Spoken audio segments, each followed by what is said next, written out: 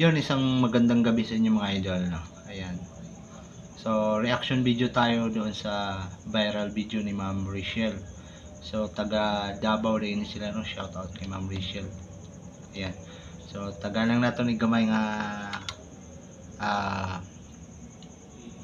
reaction, no? Ayan. So, bilang isang electrician, tingnan natin dito kung saan nagkamali si Ma'am. Ayan. Ma'am Rachel. Mayang gabi ida, Ma'am. So, pahiram aning imong gamay nga video, imong nag-viral nga video, no? Shoutout sa mga kamaster natin electrician dyan. Magandang gabi. So, itong reaction video ay magbibigay tayo ng ano bang nangyari doon sa video, no?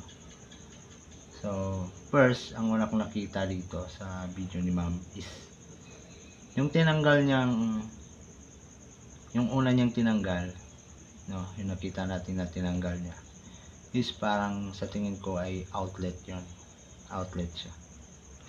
Then tugang switch yung ipinalit niya, no.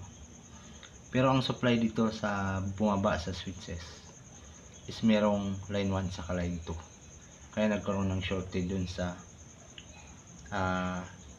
breaker, kasi pag on niya nag-contact yung line 1 at saka line 2. So makikita nyo yung kanyang ginawa, may tatlong wire na bumaba sa switches. Yung dalawang wire doon may tagging ng electrical tape, yung isa may isang loop ng electrical tape, yung isa dalawang loop. So dalawang tagging sa isang wire. Sa kabilang wire naman is wala siyang tagging.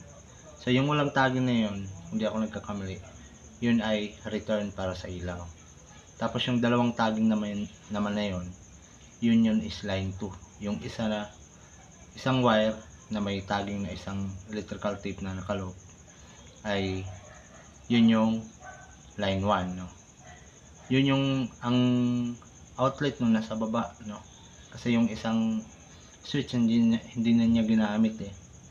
Kasi yung pagkalam ko may outlet to dito sa may switches, dapat dun yung outlet na yan, kasi para sa blower yan eh, kasi CR, sa CR. So ipi-play natin yung video ni Madam mga idol. Play natin. So first na tinanggal, wait lang, stop. So nakikita nyo yung pag-play nyo, yung first niyang tinanggal, yung hawak niya yung plies, tinanggal niya yung isang parts switch ba yan o outlet, no. Ayan. So pagkakalam ko dito is outlet to. So outlet siya mga idol, no, yung tinanggal niya. Ayan. So dito mga idol, kinabit niya dun sa sa katabi ng isang wire yung dalawang tagging na wire, no. So dun sa common nakakabit. So bali tatlo na, no, nakakabit sa isang switch. Isang return tapos line 1 saka line 2. Kaya pag on niya dito, matik talaga. Mura kag-glitch natin. Grabe, pawisan talaga si ate. Sana.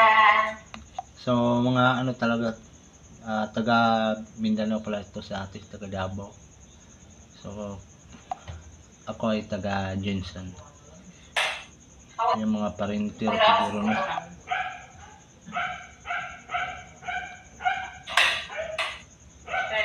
Yun, yun pag on ng switch. So ang nag-on ng switch is yung kanyang nanay. Ayan, natulala sa atin. Sigurado hindi siya makatulog na ito. It was at this moment that he knew. Tulala siya, no. Kapataw ka ka. Abot-bot, magutaw. Okay na ibalan ba? Tulungan. Sabi, ibig sabihin ng nanay niya, nangingialam kasi siya. Kahit na wala siyang Sana alam. tanandi. Ipta na to balik.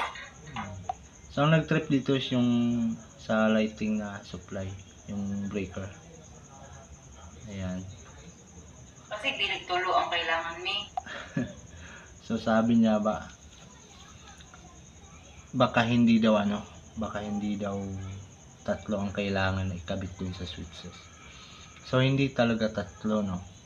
Dapat dalawa lang. Kasi ang bumaba dun sa switches niya, hindi ako magkakamali, merong line 1 at saka line 2 dun. Kasi hindi mag-shorted hanggat walang, kung common lang naka drop dun lahat, isang line lang, then common na return na niya ng mga ilaw, hindi magti-trip off yan. So automatically yung dalawang may tagging, based on my experience mga idol, ay line 1 saka line 2 yun. Andar magudang aircon ang mga suga man ang palong. Palong na lagi man akong gibay ko kanina. So yun lang mga idol, no. So gawa natin ng wiring yung nangyari doon sa sa kinabit niya. Pero i-upload muna natin to. So yun yung reaction natin kay ate. So parang wala siyang basic training about dito sa electrical wiring. So yun yung sinabi ng ng nanay niya. So good luck ate. Go to 4 million views. Ayan, nag-viral talaga sa atin. So magandang gabi sa inyong lahat mga idol. Thanks for watching.